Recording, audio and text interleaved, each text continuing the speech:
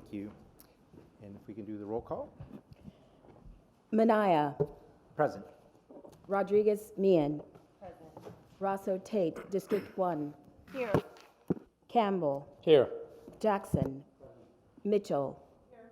Says. Parent Representatives. Hoagland. Here. Calvin. Calvin. Frank. Okay, thank you. And if we could have a motion to approve the minutes? So move. Second. Okay. All in favor? Say Aye. Aye. Any opposed? Okay. How about a motion to approve the agenda? Approve the agenda motion. Second. All in favor? Aye. Any opposed? Okay, great. Well, let's move to public comment. And if we have anyone from the public that would like to share their thoughts, it's limited to 3 minutes per individual, and we have 45 minutes total. So any members of the public that would like to provide a comment? All right, going once, going twice. All right, thank you. And now for the consent agenda. Anything we want to share on the consent agenda, Mrs. Collins, before we... Any questions on the consent agenda? Time to go through it? Okay. Motion to approve the consent agenda? So move. Second. All right, 2 seconds. Any discussion? Okay. All in favor, say aye. Aye. Any opposed? Okay, thank you. And now we have the superintendent's report. Thank you, Mrs. Collins.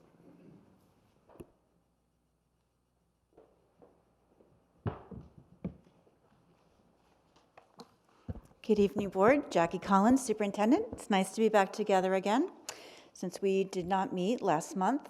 I would like to start my superintendent report by introducing our governing board members.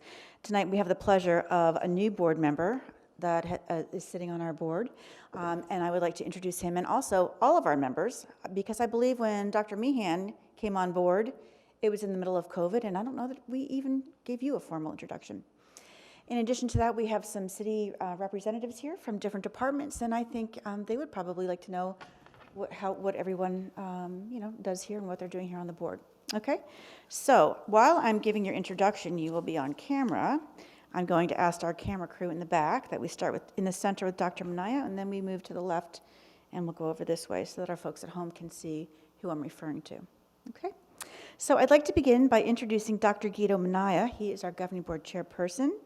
He's been on the board since 2019, and he is the CEO and Chief Learning Officer of Minaya Learning Global Solutions, LLC, an industry award-winning corporate development and learning services organization. Prior to launching his Cape Coral-based company, Guido worked with several Fortune 500 firms on their corporate training and learning content initiatives. Chairman Minaya has also served his community as the vice chair of the Fort Myers Chamber of Commerce, as a member of the Lee County School District's Equity and Diversity Advisory Committee, and as a member of the University of Pennsylvania Alumni Advisory Board, among other significant groups. Okay, oh, and secondly, I'm going to introduce Dr. Melissa Rodriguez Meehan, who is our vice chairperson. Dr. Meehan was appointed in May 2021. She was a former Christa McAuliffe kindergarten teacher who is now an assistant professor of early childhood and elementary teacher education at the Florida Gulf Coast University. Melissa is also the co-author of the Rodriguez Meehan Halprin Teacher and Student Perspectives Pandemic Study, which analyzed teachers and young children's experiences and perceptions of face-to-face learning during the first and second phases of the COVID-19 pandemic. And then I'll go over here to the right. Christopher Jackson, member of the community at large. Mr. Jackson has been a volunteer, a board member since 2019, and a former parent representative who is now a council-appointed voting member. Chris works with the Lee County Family Services and has children in our school system. Michael Campbell, also community at large. Dedicated to the charter schools since 2017, Mr. Campbell served as the board's chair until 2020. Currently, he is a Marine Project Manager for the Lee County Division of Natural Resources. He was the project manager on the $1.5 million USS Mohawk Veterans Memorial Reef Project, and recently won a Suncoast Regional Emmy Award for co-producing the short film environmental sciences film called Unfiltered, The Truth About Oysters. Michael has 2 students in our charter school system. Now we're moving on to Gloria Razzo Tate, District 1 Council Liaison. Assigned to the charter schools by Mayor Gunter in February 2021, Councilmember Razzo Tate has served our residents and the City Council for nearly a decade in 4 separate council terms, 2 elected and 2 interim. Gloria has supported the charter schools since their inception. And here's a fun fact about Gloria. She holds a bachelor's degree in education from Florida State University. Okay, next on the list we have Susan Mitchell. Susan has served on the board since 2019. She was the vice chair until 2020. Susan is the director of grants at the Lee Health Foundation. Her daughter graduated from Oasis High School in 2020. Recently appointed to the board is Neil Says. Mr. Says is a respected environmental health, safety, and security professional with over 25 years of industry experience. A published author, Neil is a mentor and professional coach with extensive experience developing and leading diverse work teams to success and sustainability. Neil also has a daughter in our middle school. And our parent representatives are here this evening. They are appointed to 1-year terms by their school's parent-teacher organization. Although they actively participate in board discussions and activities, they do not have voting privileges. Their purpose is to serve the school as a liaison. So on the dais, we have Jennifer Hoagland representing Oasis High School, and in the audience here, we have Tanya Frank representing the 2 elementary schools. And there we go. Thank you, Mrs. Thank you very much for your service. Welcome to our newest board member, but really, thank you to all our existing board members. It's been a crazy couple of years where we didn't get a chance to properly showcase your talents and capabilities, but we're glad we did it tonight. Thank you, Mrs. Collins. Very welcome. Thank you, Catherine. As you can see, we have a new entry on our agenda. It falls, it's item 10, and it falls under the city manager report. So we will have a variety of different department heads give you an update each time we have a governing board meeting on our transition process beginning this evening. Okay, so a few points that I'd like to make tonight in this report. Some of the major projects that we're working on, because we do update you with our interim report on the smaller things that happen in the system, so you're always in the loop. But I'd first like to start talking about our expected allocation for the American Rescue Plan Elementary and Secondary School Elementary Relief Funds this year, otherwise known as ESSER 3 funding that we'll be receiving in the amount of approximately $6.2 million, our largest allotment thus far. We received ESSER 2 just recently, and that was only about $2.7 million. Our tentative plans were due on November 12th, and each school submits their own plan. So we submitted on November 12th, and the district is submitting their plan on December 17th. And hopefully approval will come from the state in the spring. These grant dollars are used to close achievement gaps, increase reading, math, and other content area outcomes, and enhance student services and supports that are all due to the trauma and learning loss brought on by COVID-19. We will receive funding first at 2/3 of the entire allotment, and then we will receive a final third the following year. All funds must be obligated by September of 2024. That means they must be encumbered, and I think they can finally be spent, am I right, Marianne, by December 2024. So one of the key aspects of this allotment is that a minimum of 20% must be spent on addressing learning loss through the implementation of certain programs like summer school, before and after school tutoring, extended day, and our plans have to assure that we address the disappropriate impact of COVID-19 on underrepresented subgroups. So each school has submitted a plan, and the full versions are posted on each school's website if you'd like to review the plan. We are required to get public input on our plans, and we currently have a posted survey that was sent to stakeholders that outline our categories for expenditures, and I copied you on that today. And we are asking our stakeholders to tell us which items they feel are of the most importance, and they can also offer suggestions. So when that survey data comes in, we will present our survey findings to you, and each school will give you a brief presentation of what their plans entail. They are generally very much the same across all 4 schools, but there are some differences depending on student needs, focusing on attendance and learning loss, at the variety of different schools. Elementary education has somewhat different needs than the high school students do. So that will be presented to you in January, and these plans will be revised and reviewed regularly, just like the process that Lee County will be following. Okay. In other news, budget kickoff starts this month. We just met this week, and Mark Mason, I'm delighted to say, joined us in our kickoff with the principals.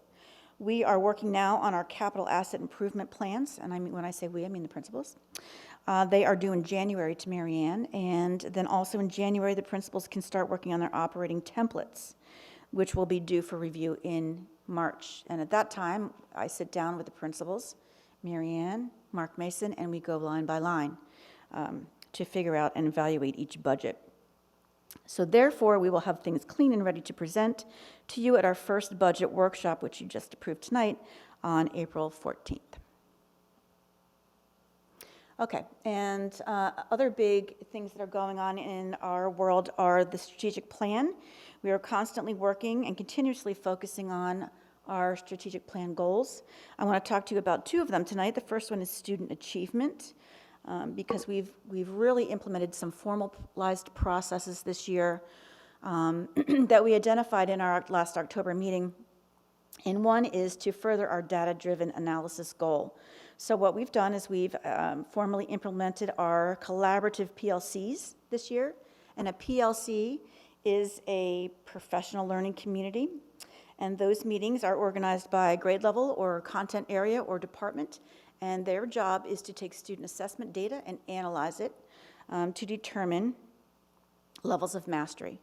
So if there's a common assessment, we can across the board see what content areas in that assessment have not been mastered, which ones are mastered, and for the ones that haven't been mastered by students, we can reevaluate how we're teaching those strategies, reassess to make sure that we have, our goal, of course, is always 100% mastery. Student mastery is what is required before we move on to the next concepts. And when we find that mastery gets overlooked, those skills get forgotten or they don't properly build the foundation for learning that's needed. Because we work very hard to scaffold and vertically align our curriculum from one grade level to the next. So that was a big undertaking. And we have everybody, all teachers, meeting at least once a month on these PLC meetings. And they've been very productive. And I think collaborative conversations between teachers that teach the same subject area are very beneficial, and I think our teachers are finding that as well. Also, part of our strategic plan number 1 goal for student achievement and our accreditation goal, we are implementing a better, more effective evaluation tool for our teaching staff and our administrators. The one we chose was a growth model, where it would increase the effectiveness of teacher pedagogical practices to improve student achievement. There are a variety of ways to improve student achievement. You can increase your technology, you can increase or purchase different textbooks, but what we're finding is that the basis has to do with how teachers instruct students. Are they engaging students? Are they using high-yield strategies? And that's what this growth model is going to work on. It's going to sharpen the toolbox of our teaching professionals by giving them the strategies that they need that we'll be evaluating them on in order to increase student achievement. And I can tell you, we've had extensive training already. Our principals, as well as I, have had at least 15 hours of training with the Learning Solutions Company. We've also been trained on how to implement the electronic evaluation tool, something we've never had before, which is wonderful because we purchased that just recently. And now our teachers are going to have extensive training over the next 2 years on every core component of this model, starting with standards-based planning in February. That's our first training. And next year we have, as you saw in the calendar that you just approved, we have 6 days of professional development built into that calendar. So that would mean 6 early release days where our teachers stay, students go home, and we focus on professional development that's important to each school, and that's also important to this extensive training for this evaluation tool. What we found was that we needed to do more system-wide training on the same things, and that's part of this goal. So I'm happy to say that's already been embedded in our calendar, and it will take place starting very soon, and it will extend into next year. Okay, and the last strategic plan goal that I wanted to mention was goal 2, based on continuous improvement. Brianne Romano is going to take the lead in the development of an important educator initiative. It's in the development and implementation of a formal teacher mentoring and coaching program. That was another one of our goals. It was also identified in our staff survey for accreditation that teachers wanted the opportunity to share what they know with their colleagues. So Brianne is going to design the plan, and she is going to engage the assistant principals at each school as her committee, part of her committee, to determine areas in need for each school's teaching staff. It's going to take a good amount of time because these coaches, once identified, are going to go into classrooms and do observations with the principals and assistant principals, and they're going to need extensive training because coaching, you can be great in algebra in the way you teach it, but having conversations with teachers about how to make improvements or how to do things differently to effect higher achievement by students, sometimes those conversations are different. So this is a big, big project. It's going to take place over the next couple of years, and we are going to start initiating this project in January. Brianne Romano will kick it off, and she's here in the audience today. Brianne, there she is. And she is an exceptional instructional leader, and I think she's going to do a wonderful job getting this committee up and running and going in the right direction. Okay, and the last thing that I have in my report that's also very important this year is that the Oasis High School Charter is due to be rewritten in 2022. That means Christy Britton and I will begin starting in January, and we will use the new Florida Model Charter School application, and we will be submitting on March 1st or soon thereafter. Okay, and that's all I have. Thank you. Any questions for Mrs. Collins? Going once? No. One question, Mrs. Collins, with the initiatives for continuous improvement and student achievement, what were your, our teacher advisory committee, I know you've had a meeting with them recently, how did they respond to some of these initiatives? I think they're very happy that these initiatives are happening because they were the ones that said this is something that we're really looking for and that we're looking to do. So I think they're happy to be a part of the teacher advisory committee, and I think some of those members will also expand into this coaching and mentoring group because those tend to be the identified teachers that want to exhibit leadership. So I think they're enjoying the coaching and mentoring. We have had in our last meeting, we had some pretty extensive conversations about implementing the Marzano evaluation tool. It's a lot. It's it's a lot to take in, and it's going to take a lot of training, and it is overwhelming to them. So they did voice the fact that the required amount of lesson planning that needs to be done and written is extensive. And I told them that I would go back and sit down with the administrative team, and we would work on a way to slowly implement that or implement it only as needed, depending on how we can evaluate that component, because it is an important component. It's a really important component when you're going to be evaluated, so the evaluator knows what to see when they walk into your classroom. Is it absolutely critical that we plan that way for all 7 subjects every single day? I'm not sure. So that's something that we're going to be addressing. And I wanted to make sure that I understood that if it was their concern, it was certainly ours too. So yeah, those are very productive conversations to have. That committee is very productive. Thank you. Oh, we have another question? Yes, I'm sorry. Thank you, Superintendent Collins. So I'm glad you mentioned that about the lesson plans, because I was wondering if the lesson plan, like the template, the Marzano template, was for just like observation purposes, or if it was, for day-to-day lesson planning, which I think, one of the things that's probably unique to the system is like the autonomy and the freedom and the trust of the teachers. And so I know that some teachers might really need that kind of template, right? They might need that guidance. They might, they might prefer it, right? They like to write everything out. But then some teachers may not, right? They might not need that, or they might, it might be, sometimes it can even be like a hindrance, right? If you're trying to stick too tightly to a lesson plan that you wrote out. So I was just, I'm glad you mentioned that. I also wanted to know, you mentioned that teachers are overwhelmed. I know that this is a phenomenon that's all over the country. So has there been any opportunities to take things off of their plates? I know we're doing a lot of great things and that, but it sounds like there's a lot being added, right, to the plate, right, even in the midst of the pandemic. So has there been any opportunities for them for something to come off? I think now that the COVID rates have been significantly low, we have stopped doing the live streaming, and that was a burden on the teachers. Now, it wasn't the same as it was last year because that was incredibly tedious, but we are no longer doing live streaming. We are asking them to make up the work through their Google Classroom platform like we would do for any absence. So that has kind of come off. But we're tired.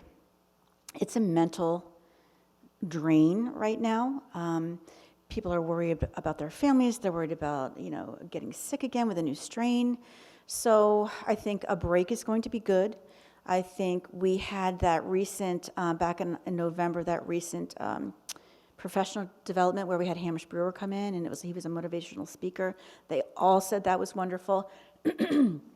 But you're right, we have to be very careful what we ask them to do, because teacher burnout rate across the nation is very high. Things are not really back to normal, not yet. And we're seeing a lot of learning loss from last year. Even though our scores were great and we're in a great position, our teachers are seeing that we're struggling with what they didn't learn last year because they weren't in person learning. And that's more complex as well. So we're trying to give teachers a variety of opportunities with this ESSER funding by purchasing extra software to help them assess, to help them evaluate, to help them progress monitor. But you have to be careful with that too, because that can be overwhelming when you introduce too many programs. So the principals are very good at trying to figure out the right path at their school level. And we can give you a better idea of that next month if you'd like. But I think they work very hard to keep things level and to keep morale high, because I think right now, and it's kind of typical at this time of year anyway, we just get tired. Kids are ready for the break, they don't behave. But we are seeing, in addition to that, a lot of social emotional issues that are coming to light, and that's tedious on the teacher. So it's just a variety of issues, and this grant funding is going to be great because it'll help us purchase programs that we can implement via the guidance counselor or the social worker to help our teachers maintain all these things that are going on that, 3 years ago, we didn't really ever have to address. It wasn't on our radar. Things were much easier back then. So we're trying to walk very lightly. But you're right, it's hard. It's a hard year, still. Mm-hmm. Any other questions? Okay, thank you, Mrs. Collins. All right, and now we will have our partners provide a report from the city manager's office. Thank you, Connie, for being here. All right, we're up already. Wow, you guys whipped through that first You'll part be of out the of here agenda. by 7. Hi, I'm Connie Barron. I'm the Assistant City Manager here at the city. Just to give you a little bit of like a 5-minute intro here, I've been with the city since 1997. So I think Mark, and Angie were all probably here when the first charter school was built in 2005, Oasis Elementary.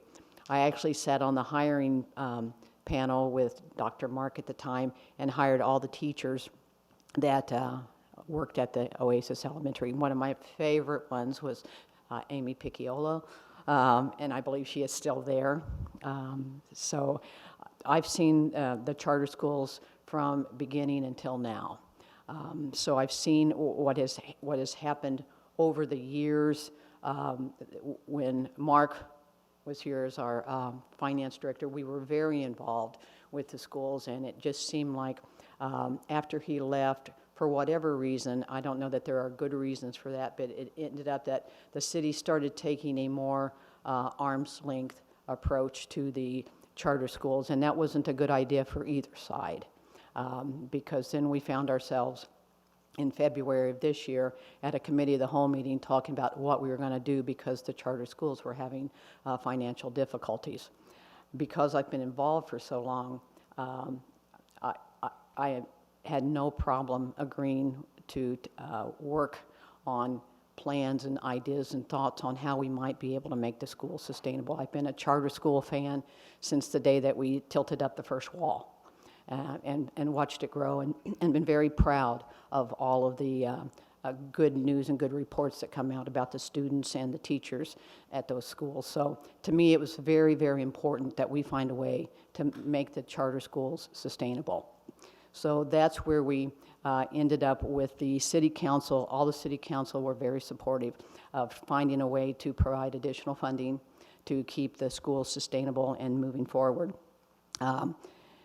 Once council made that decision or gave us that direction in February, we started to work a little bit internally on how we would move forward. One of the caveats that came from the city council and the directive that came from the city council was they wanted the city to start moving back and get rid of that arm's length involvement and become more involved from an operational side to help the schools with regard to HR, with regard to finance, with regard to IT, because the one thing that we know that we do well is we know how to run an organization. What we know that we don't do well at all is educate kids. So we wanted to take over that side of it, or at least work on that side of it with the schools, so that they could then focus on educating the kids and continuing with those A+ scores and all the great news and reports that were coming out on the schools. So council, at the budget, they did agree to make some changes in our revenue sources. What they did was they removed an exemption that had been placed in the public service tax, the tax that is collected on the electric. They removed the 500-watt exemption. So now the public service tax was going to be collected on those first 500 kilowatts of service. And that money was going to be dedicated to the charter schools. So with that funding, and with some of the work that I did with Stantec to come up with a plan, we developed a process that we would modify the lease and the city would assume more responsibility for the cost of the debt issue that had previously been completely on the schools to pay. So the city now is paying $1.7 million of the $3.2 million annual debt, and also adding $300,000 in capital improvements funding. So now, rather than the schools paying $3.2 million a year, they're now paying $1.5 million a year for the lease of the buildings. And that's in the lease agreement that you guys will be reading and reviewing and approving. It's also on the council agenda for tomorrow. So with that plan, with the money, at least the funding source identified, we could move forward with transitioning. So we've called this our transition year, because what we wanted to do from the city side was take a look at some of the operations there, the people that were doing the work, and make determinations on how we might transition those services over to the city. Some of the most important things that we had to do right away involved the IT department. And some of the work that the IT department was able to do in such a short period of time. I'm still amazed that they did, and I think even some of the charter school folks were pretty pleased with how quickly they were able to make some of the changes, and some of them with the Chromebooks and everything else. So what I wanted to do was I wanted to give Michelle Hoffman, our IT director, an opportunity to come up here and talk to you a little bit about the whole transition process that's been underway with regard to the IT services out there. There was a survey that was conducted that we would like to talk a little bit about those results, which weren't too bad, and then we look forward then to the follow-up surveys that we're going to do in the next 6 months or so to see how we improve from those points. So right now, I just want to let Michelle Hoffman come up and talk just a little bit. If you have any questions at all for her, please don't hesitate to ask. Great. Thank you, Connie.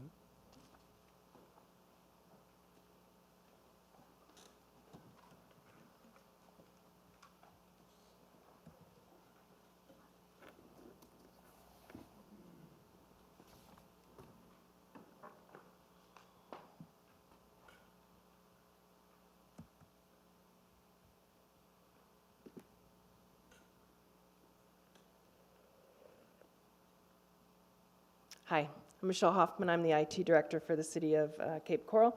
As Connie mentioned, the city of Cape Coral has taken over responsibility for IT services at the school. And in November, the week of November 15th, the charter school conducted a survey to take a look at how city IT was doing in that endeavor. So I wanted to walk through those survey results with you briefly, and answer any questions that you have, and talk a little bit about some of the things we've got planned for the future. So overall, we had about 40 participants per school in the survey, 158 overall total. The overall sentiment you can see there by school, we had the most positive sentiment at the Oasis Middle School, and the most negative sentiment at the Oasis Elementary North School. We had 7 questions in the survey. I'll walk through those responses with you briefly. The first was whether or not the IT department is professional and polite. We scored quite well on that one. The second question was whether or not IT issues are handled in an effective and efficient manner. Again, we had quite a good response, positive response regarding that question.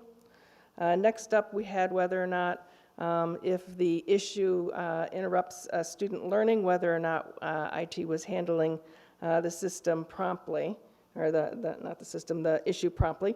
Again, we had more positive than negative, but definitely we had a significant number of negative responses on this question.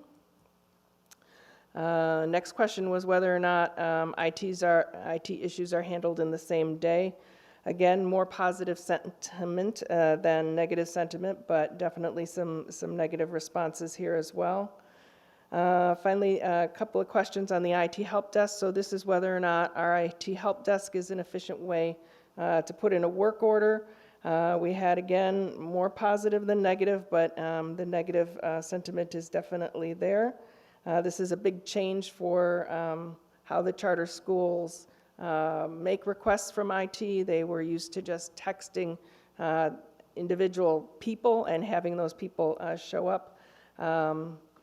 Depending on how many texts they got simultaneously, they may or may not show up for some time, or they might go to an issue that was less important at the moment than one that was more important. The help desk helps us. One of the questions we asked during the help desk is the severity of the issue. Does it impact the entire classroom? Is it one student? Those types of things to give us an idea of where to put it on our where are we going next list, right, after we finish our current ticket. The next question is regarding footprints. Footprints is the actual software we use for our help desk. Clearly, people are not excited about using footprints. We also allow people to email in an issue to the help desk and/or call in an issue to the help desk, as well as manually use the footprint software. The last question had to do with student Chromebooks and whether or not repairs were handled in a timely and efficient manner. Clearly, we're not doing a great job on this. We have more neutrals than anything, but more negatives than positives. So we have some improvement actions that we have put in place to address some of these issues.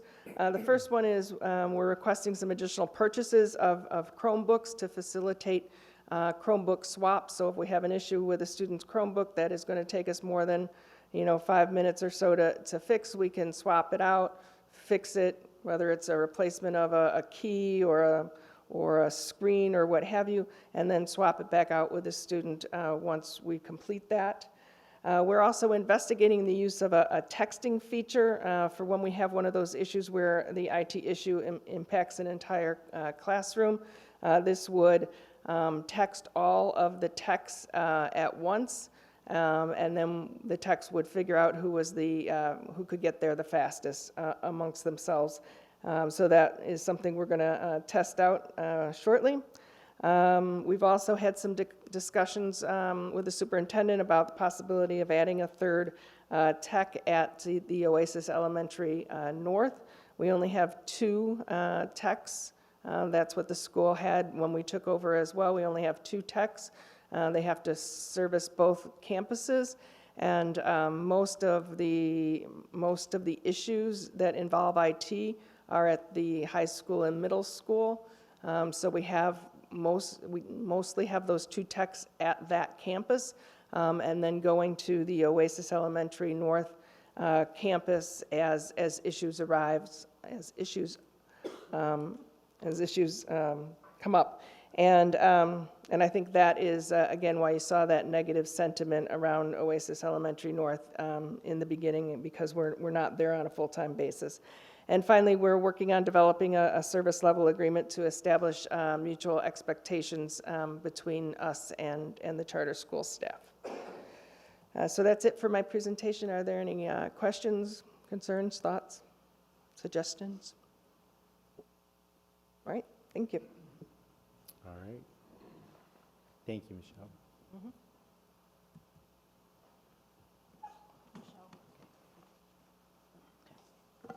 And this is all a work in progress. I failed to thank the members of our initial transition team that we put together in the midsummer to start working on this before school was in session, came back in session. And Dr. Manaya was on there, so I feel like we're old friends now.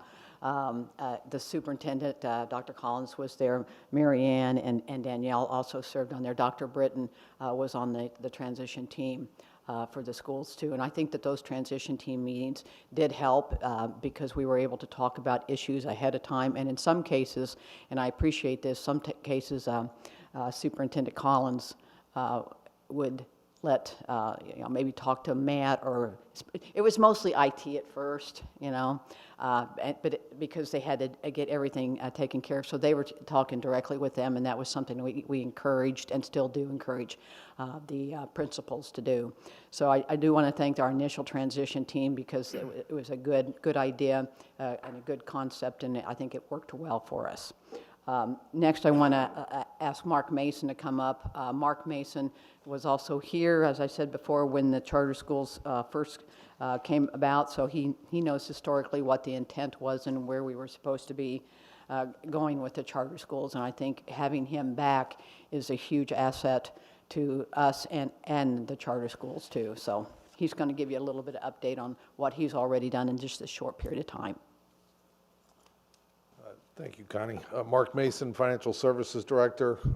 I have to say that the more things change, they stay the same. Ms. Tate has, she was here when we started it, and she's here as we continue to move with it. And I appreciate her being back. Anyway, some of the things that we've done since I got back here, I started back in June.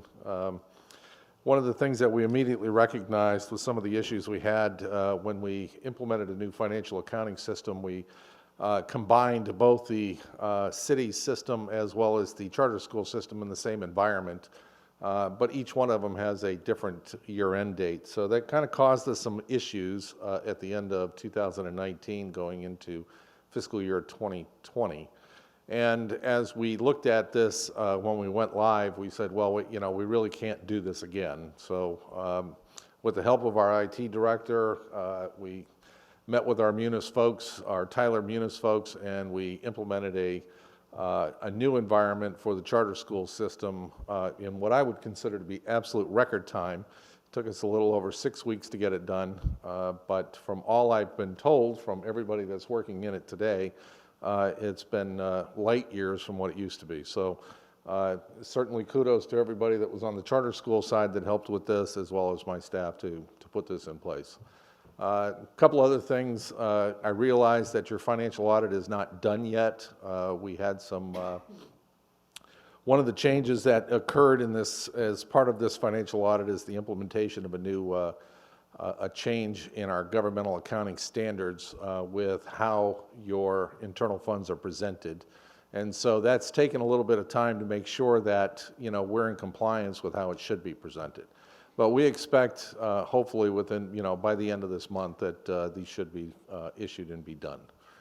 So other than that, as far as the transition is concerned, we're working with Dr. Collins on an internal audit so we can get that resolved and get that taken care of, as well as working with, just started in getting back into the budget process with the charter schools.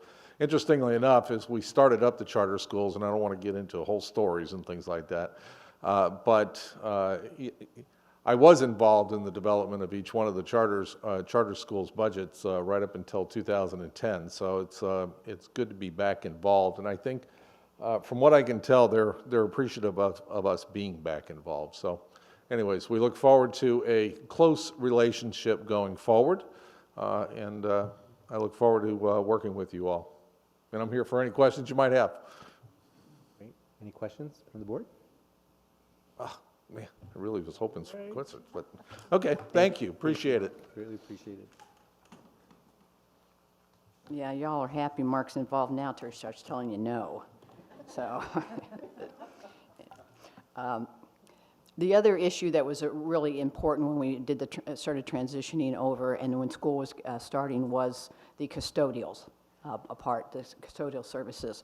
The charter school had to terminate the contract with the vendor who was providing custodial services, and then we were in the process of then trying to hire staff to provide the custodial services. So it was a bit of a challenge, and what was, and again, this is how we learn things as we go along. We were planning on doing some full-time employees and then hiring a greater portion of contract employees to do the custodial services. Well, we were getting just quite a few applicants. We were getting plenty of applicants for the full-time positions, and hardly anyone wanted the contract positions. So we had to reevaluate what we initially thought would be a good option, and we moved to making them all full-time. And so that way we were able to get fully staffed as of about a month ago. Yeah, about a month ago. I'm going to ask Mark right now to come up and give you a little update on that, but I also wanted to point out that Mark has moved over to our new capital projects office with Paul Klingen, and Damon Grant, who's with is also in facilities. He's going to be taking over the custodial portion, probably, and some of the other facilities work as well. But I wanted Mark to give you an update on the custodial services, as well as an update on where we are on the portables that I know that you all are waiting on. So, Thank you, Connie. Good evening. Mark Reidner, Facilities Project Manager. As Connie had mentioned, we had some growing pains with the transition of the custodial staff. I think we only ended up with 4 applicants for the contract services. So obviously it took us a little longer to get fully up to speed with all of the staffing required to assume the custodial duties. And there's still a learning curve there. we want to eventually have all the custodial staff fully up to speed on what it takes for the procedures in each facility. So there'll be some rotation going on. We're still in the process of training our lead custodian to be familiar with each facility so that we have that capability. Vacation times, outages, sicknesses, we have the staff capable of doing coverage anywhere. There was also a custodial survey done, I think the same time the IT survey came out. I think it was, overall, it was okay. Knowing that we were going through that transition process, we expected problems. We did have our share of problems. But we think those are all behind us now based on feedback over the last 2-3 weeks. Everything seems to be going very well, smooth. Staff are learning the process, the procedures. There's no shortages on products. So I think we're going in the right direction. It's only going to get better. Thank you, Mark. The other project that we're working on the capital improvement side is the charter school portables. We're currently working with Grady Minor engineering firm. Unfortunately, the lead engineer for Grady Minor has been out with some medical issues recently, so I have not been able to get a full update on exact status of a few things. But we are very close to selecting a modular firm that will provide the new modulars. The plan is to provide 2 modular buildings with four classrooms each. So there will be a total of 8 classrooms. We realize that the construction window, I believe, starts June 2nd and has to be done by August 5th. So we're aware of the very tight window. We're hopeful to pull the trigger and do a direct purchase on the modulars. If everything goes well, hopefully by the end of January, we'll have council approval for that. The engineering firm is, as of about 3 weeks ago, they was 30% complete on the design for the site work. There will be some significant permitting issues that we'll have to work through. We have to go through a PDP abandonment on the old portables. There will be a new site plan review that we'll go through that we'll have to deal with some non-residential design standard issues. But other than that, we're moving full speed ahead, and we'll have obviously another update for you in the next month or two. So, Great. Thank you, Mark. any questions? Questions? Also, if I could, I'd like to take a minute to introduce Damon, who is our new facilities manager. Damon's been with us now for going on 5 months. He has a vast amount of experience coming from Lee County facilities, Collier County facilities, and he will ultimately be overseeing all the facility work orders, the custodial services at the charter schools. So, Great. Thank you, Mark. Any other questions? Yeah. One from. I don't have a question for you specifically, Mark. I just wanted to say that on behalf of everything that's going on here tonight, that this city council is so committed to these charter schools. You have to know that. When Mark talks about 2005, that council was committed to these charter schools. And I think that what you're seeing is a huge support system. And maybe all the kinks aren't worked out, but it is far better support than we have had. Even the years that I wasn't up here, I followed charter schools because I was a founding board member, and they're very dear to my heart. And there were some dark days, and we're trying very hard. But I think for you all to know that you have this huge support staff as well as a council that cares about these schools. So I hope that that gives you some comfort to see how much they are working on our behalf and with us instead of against us. Thank you. Thank you. One other comment? Yes.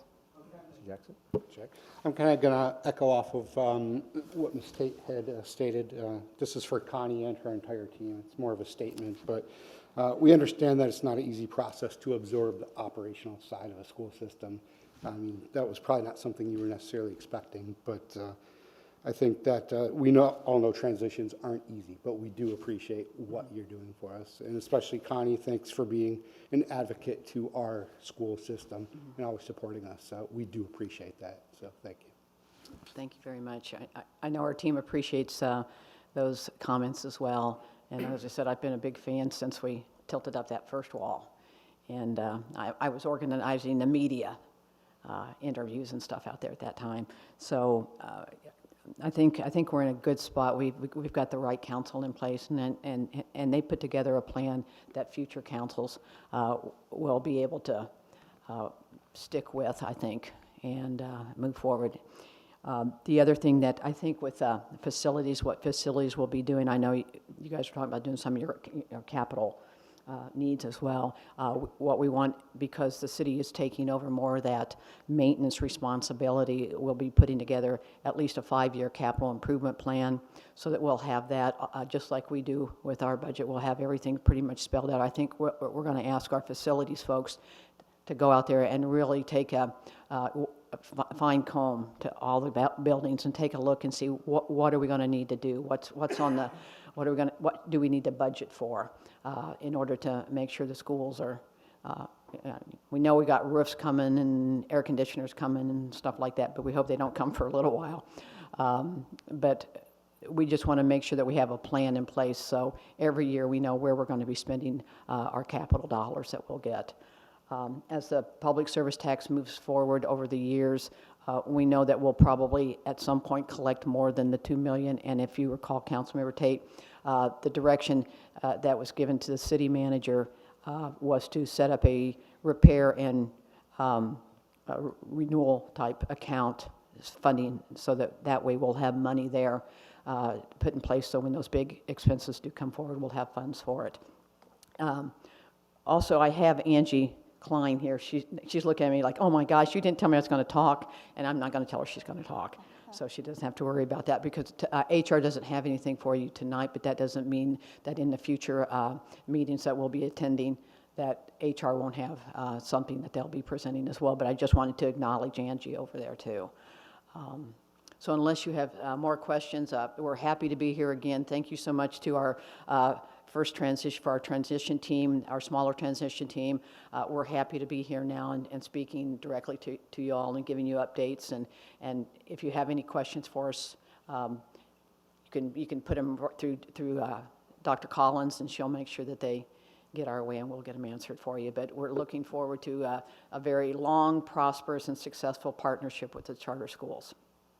I had one question. Connie, what they were talking about with bringing in the portables, there seems to be an awful lot of steps in there. Is that something that we can, because every time it has to come to council, it has to be advertised, it has to be, so maybe we can work towards You must have seen me plan. sit there and look down back at Mark. And Yeah, I mean, there was a lot of, well, we got to do this, we got to do this, so There maybe is, yeah, we there's can figure out where we can present that all at once and try to Yes, get it rolling through DCD. yes, Does it have to go absolutely. through DCD, is that it? Yeah. Yeah. Is it DCD? Is it DCD that you were talking about, like, with permitting and all of that? Yeah, maybe we can fast track that, so. Oh, and it's also South Florida Water Management Well, District. So then we can't rush we unless we can't do get much. help from the county down there. Okay. So, but, But yeah, we'll find out. Yeah, it sounded like there might have been a PDP.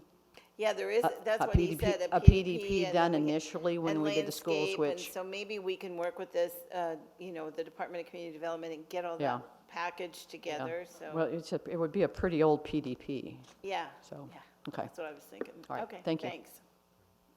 Thank you, Connie. Yeah, Damon, you should be pretty familiar with that, huh? So you got our back, right? I do. Okay, good job. All right, great. Well, thank you, Connie, and for the team. Just moving over to the chairman's report, and really it's just a continuation. If you think of where we were in June or July when we were first advised that some of these team members and departments would be moving over to the city, it was a bit of a shock. It was like, oh my goodness, we're used to this kind of an operation. What's it going to be like? And then the transition teams began, both our internal transition team as well as the one with the city. And each time, we work through and talk through the issues, And even though we didn't resolve them during our transition meeting, what I think what you're witnessing is they documented the discussion and took action, and then we were further forward, right? And so now, 6 months later, here, they are true partners. I made the mistake of, in one of our transition meetings, saying, well, you know, we were thankful that we've outsourced these services to you, and like 2 or 3 people said, we do not outsource these services, we're your partner.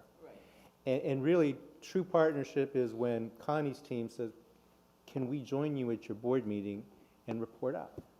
And now you can see this is truly a partnership. Still, we've got to, you know, we're calibrating cultures and a bunch of other stuff, and we'll get better 6 months from now, but it is a true partnership, and we appreciate you're taking the time to learn about our operations and us learning more about how we need to interact with you, but it seems like a world of a difference compared to past years, so thank you so much for your support and partnership. Yeah, and Dr. Monahan? Yes. If I could add on to that, Really? like Gloria said, as one of the other ones that was there from the dark days, this is absolutely fantastic. So it's just completely opposite of what we've done in the past, and it is a fantastic thing to be partners with the city in this. Right. And I think just one last point, and for all of this to happen during the COVID situations we've been facing, it's like miraculous that we could get this far with all the other stuff that's been facing us as other department issues, let alone school issues. So great, thank you so much. All right, foundation report. Hi there, Jennifer Hoagland, Foundation Treasurer for Gary tonight. He got stuck at work and regretfully wouldn't be able to attend tonight. Just a couple things. First, our Lighthouse Award nomination process has now ended, and we thank all of the parents and the students. We had a great turnout of recommendations, and then we are moving forward with the next step of the process after the holidays with doing the in-person, I think they're going to be in-person evaluations for the teachers and watching them, and then moving that process along. We have provided all of the theater departments that are putting on plays, I believe one at each school, their plays or musicals. We are going to be providing each of them with a sponsorship from the foundation. So we are happy about that. We did that last year, but I believe there was only 2 schools because of the COVID. This year, every school is doing a theater or play production, and we are happy to help them out. We are also implementing a $4,000 grant program for all sports and clubs at all of the 4 schools. We have set aside $4,000, and the grant is open to coaches, teachers, parent liaisons to see what their needs might be and to put in a grant. We are collecting everything up until the 3rd week of January, and then we will evaluate everything and then provide funds as necessary based on our rubric schedule. So we are very happy to be able to provide some funds outside of all the learning and educational plans. We're now trying to help out the sports and clubs as well. And that's all I have for tonight. Great, thank you. Thank you. Any questions? Okay, then unfinished business. Did you want to? Yes, unfinished business. Simply, this is a request for acceptance and approval of a corrected meeting date. It was actually a typo in the original calendar that was approved. The correct date is Tuesday, August 16th, 2022. For our meeting, we had Tuesday, August 17th. Motion to approve? Any discussion? All in favor? Aye. Any opposed? Okay, great, thank you. Moving into new business, this is the acceptance and approval of the amended master lease agreement for the charter schools and facilities. Included in your packet, I have provided the original lease from 2011. And I have a copy of the new lease, and I've highlighted the changes, and there, really and truly, there are just a few, and I'd like to review those changes with you so that I can help answer any questions. So if you wouldn't mind going to page 3, Article 3, under term, Section B. I just highlighted this section to let you know that this is also an automatically renewed lease for 5-year terms, unless terminated by either party with 180 days notice. And during this time, the lessor, being the city, and the lessee, being us, can amend the terms of this lease by mutual agreement without having to terminate the lease. So that stayed the same. So if you go down to the bottom of page 3, under Article 5, under premises, Section D, under maintenance, here's a big change. And what this says is that the lessor at all times, at its own cost, keep, maintain, and repair the roof, foundations, and other structural portions of the building. But here's the new part. Now they're also going to maintain all entrances, all glass, windows, moldings, all partitions, doors, floors, equipments, fixtures, blah, blah, blah, blah, including without limitation to lighting, heating, ventilation, plumbing fixtures, equipment, wiring, and its air conditioning systems in good order, condition, and repair, and shall replace any of the same if reasonably necessary. So that's kind of a biggie. So they're taking on those responsibilities that were ours in the previous lease agreement. And of course, the rest of that paragraph goes on to say that we will coordinate any of these changes with the lessee's administration, usually during times when school's not in session, things like that, of that nature. Anybody have any questions about that particular segment? 'Cause that's very important, and that relieves a lot of the responsibility from us being the lessee. If you go down to Section E on that page, access, this again says that the lessor shall have access to the premises as may be necessary for servicing the premises, and they will use all reasonable efforts to coordinate with us. What has been removed from this paragraph is that they were required to give a 5-day notice originally according to the first lease. They do not need to do that any longer. There's no need for that. If you go to Section C, alterations, what this new lease agreement is saying is that the lessee can't make any structural. Is that G? Yeah. I'm sorry, G. The lessee shall not make any structural alterations, improvements, or additions to the premises which will require the issuance of a building permit. The lessee may make non-structural alterations to the premises in the amount not exceeding $50,000 per occurrence, without obtaining the lessor's prior written consent. So I guess what it's saying is that we can make non-structural changes under $50,000 without getting their written consent. If they're over $50,000, we have to get the consent of the city, which is fine. In the previous Unless lease, it requires a building permit. right, the previous lease said we could make structural alterations with permission, and we would obtain all permitting. And so in the new lease, the city is required it's on them to do any structural changes and be responsible for all the permitting. Does that make sense? I don't know, let me ask a question. It says, shall not, so is it saying that we're not allowed to, or that the city's gonna do it? Or does it just say that we're not allowed to? Structural issues is done by the city. We are not allowed to do those. Okay, but it's, yeah, so it says we're not allowed to do it. So that to me would mean, recently we added doors onto the front office space. It was a big security issue. That was a structural improvement, but we worked with the city in order to do that, and it was part of the city's safety plan for our buildings. You think that would include playground equipment replacement?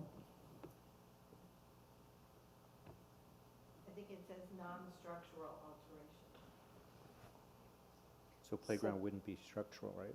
Right, Lease may That would be make a- non-structural alterations to the premise. It says improvements or additions to the premises which require issuance of a permit. Well, I don't know if- playground- I don't know if that would require a permit or not, but if, it would be an improvement. A lot of it is going to depend on whether or not it would require a building permit.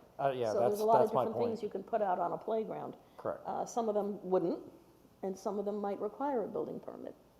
That's Especially if my they're point. elevated and things of that kind. But I'm not the, I'm sure Connie could find out from the Development Services Department. Because I know as part of ESSER 3, we are asking for funding to replace our aging playgrounds. They're not additional playgrounds, they're replacements, and I believe that would be Connie's there to. responsibility of the Make a schools. statement. I believe that the alterations in this particular section refer specifically to structures, the buildings, not the playground equipment. Okay. Oh, and while I'm up here too, I did want to point out one section that Jackie forgot to highlight, and that's on page 2.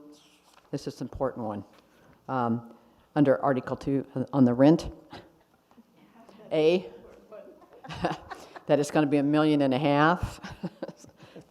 That's a big change from the last one. Yeah. Thank you. That one should have been double highlighted, huh? And on, Does the board want clarification on playground fixtures? any requirement there from the board? Excuse me? Any requirement from the board for further clarification on playground fixtures? No, Okay. it was just, think it we're good. was just something that I was thinking because there was a comma and then improvements or any additions to the premises. So I didn't know if that would require a building permit or not. It was just something I was thinking about because I knew that we were planning on doing that. But Okay. I'm fine with it, either way. So, yeah, I think there was there one other part that you wanted to highlight, Dr. Collins? There is page 11, section J, there was just a change in the attorney's fees. In the previous agreement, the non-prevailing party would pay all reasonable costs if there was any kind of litigation arising from, a disagreement in the lease. Now, the new contract says that each party shall bear its own costs and expenses. I wanted to point out what's not in the lease, and that is the middle school gym. The middle school gym is not contained within this lease because the middle school gym was purchased with park funds, park revenues, so it belongs to the city. We are going to be putting together as a separate use agreement between the city and the charter schools for the use of that gym.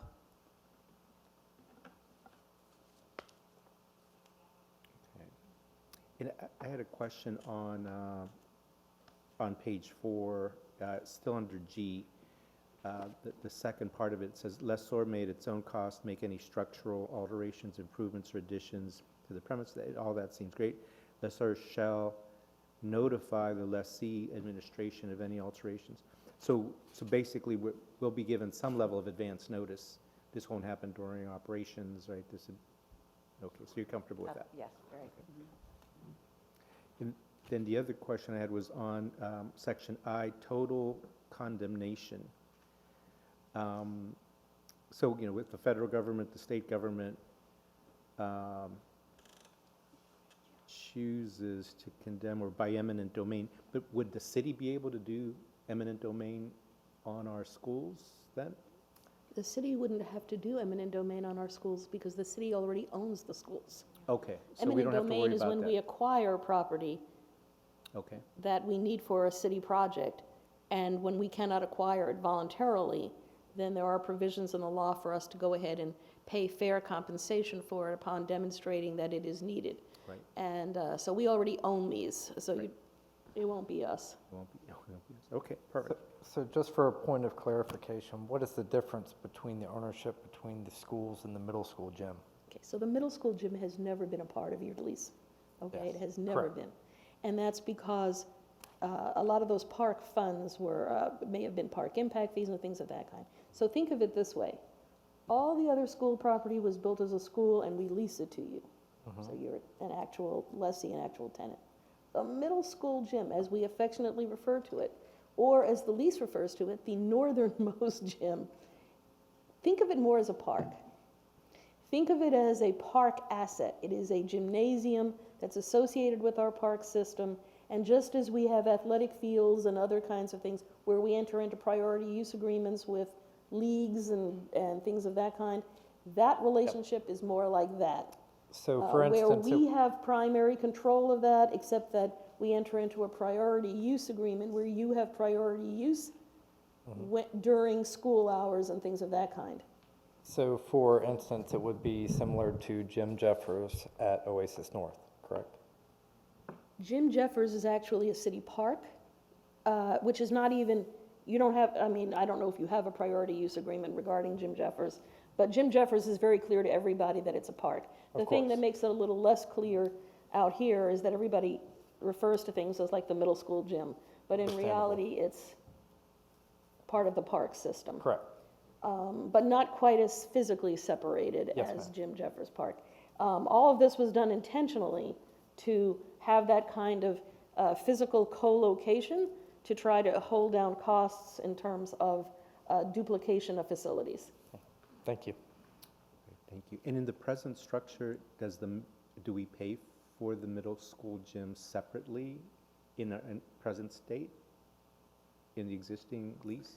I don't remember that it charges for that. I don't think, unless Mark remembers, I don't think there's a charge for that because I think we generally just, then again, I think there may have been something about refinishing the floors. Yeah, at this point, you do the cleaning of the gym and things like that. We share on the cost of electricity, water, that sort of thing. But and there's a priority use agreement that we'll be entering into here shortly for the exact same thing. You know, that actually spells out the difference in who picks up what.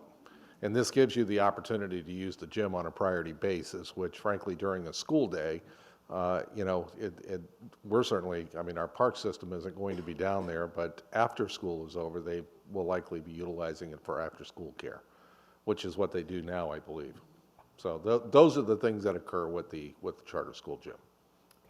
Okay, great. I should say the city's park gym that's at the middle school, yes.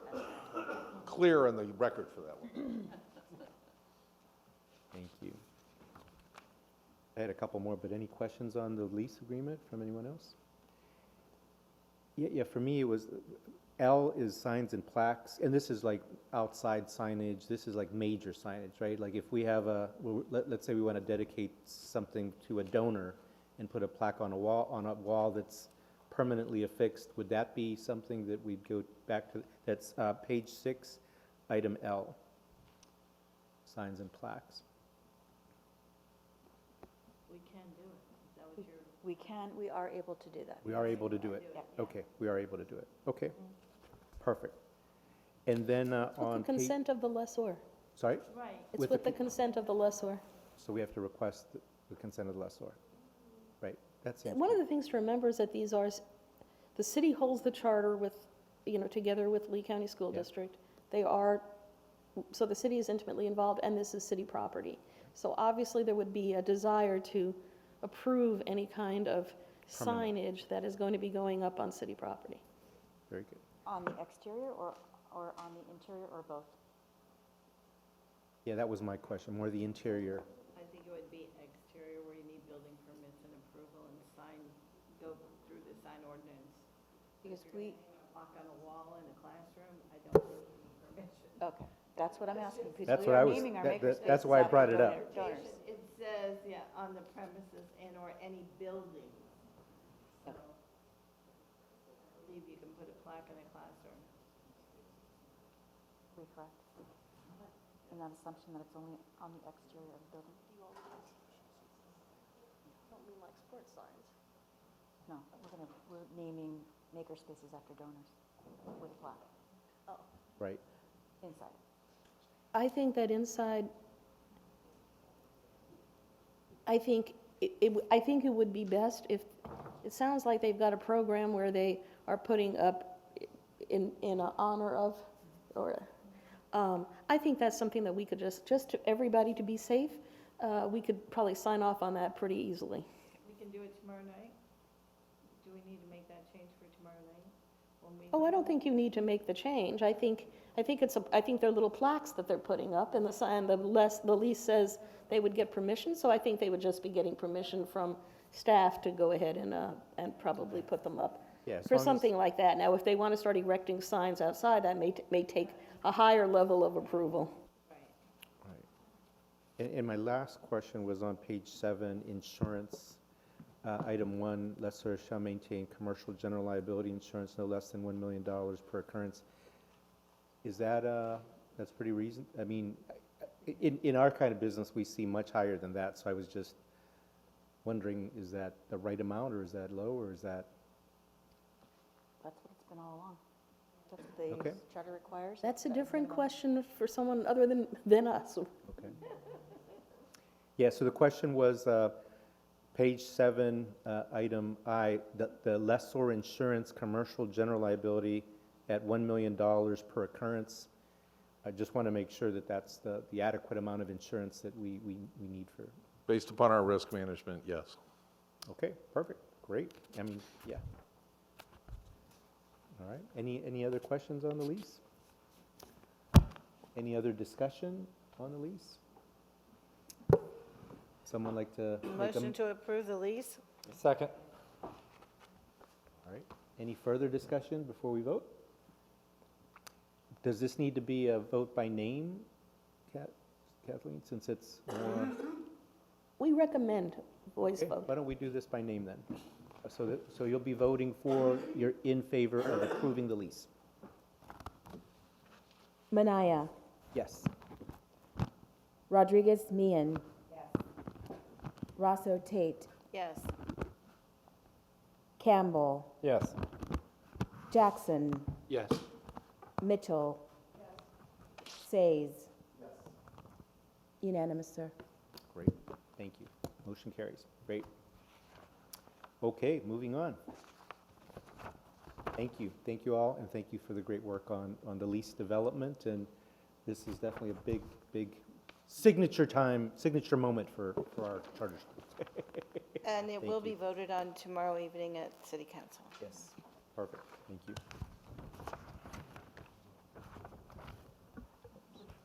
Good evening.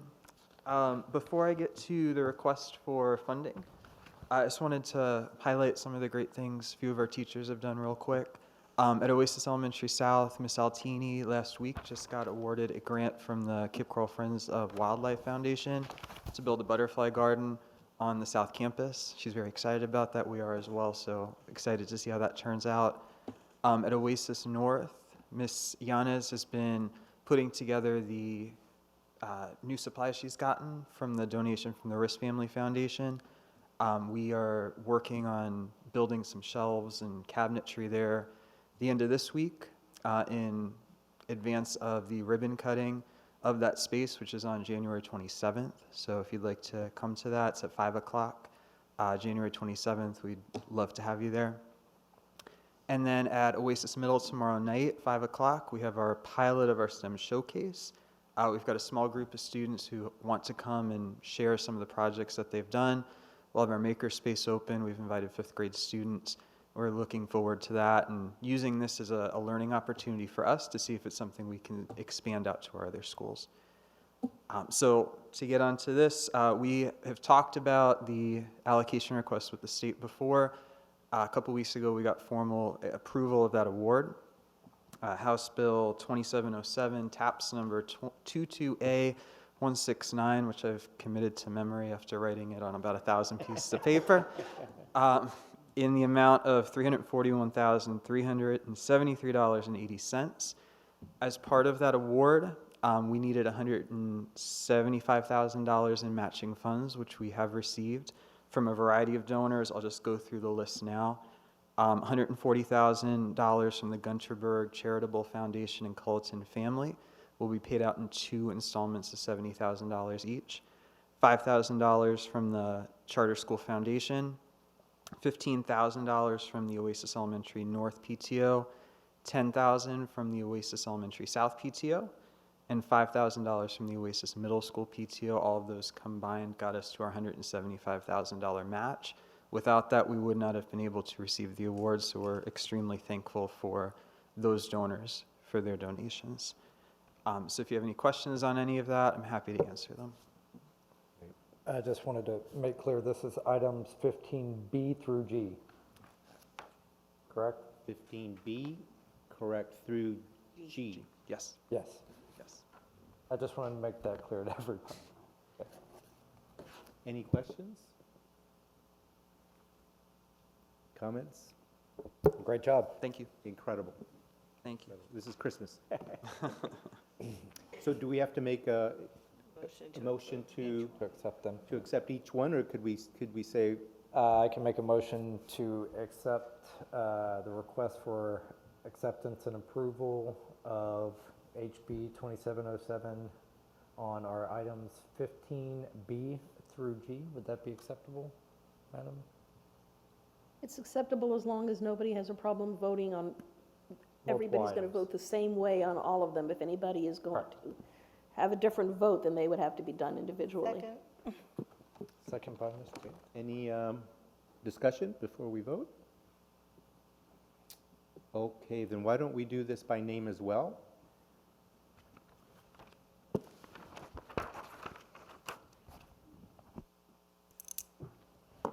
Minaya, Yes.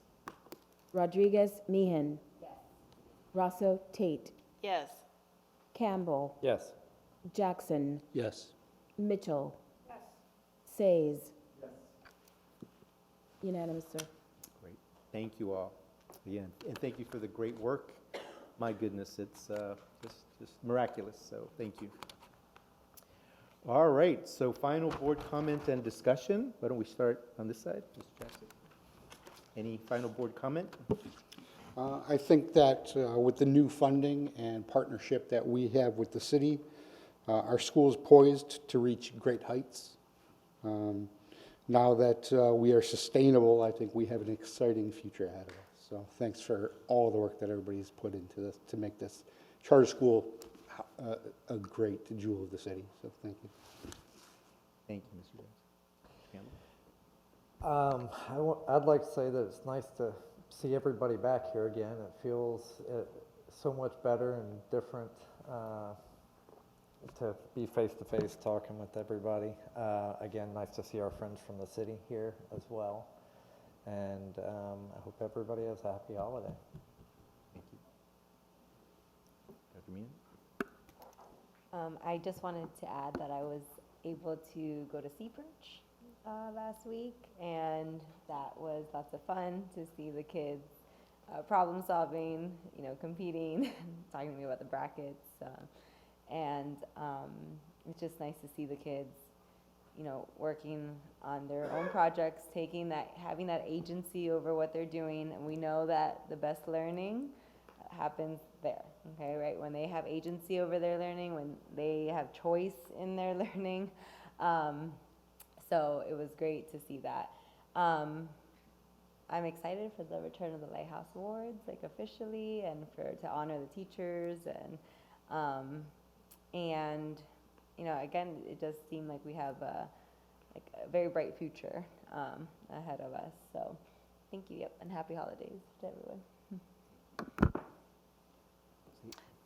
Yeah, I have a couple of things. Will it be okay with this board if, when we vote tomorrow night, I can say that we voted as a group and that we have the support for the lease, because we will be doing it tomorrow night?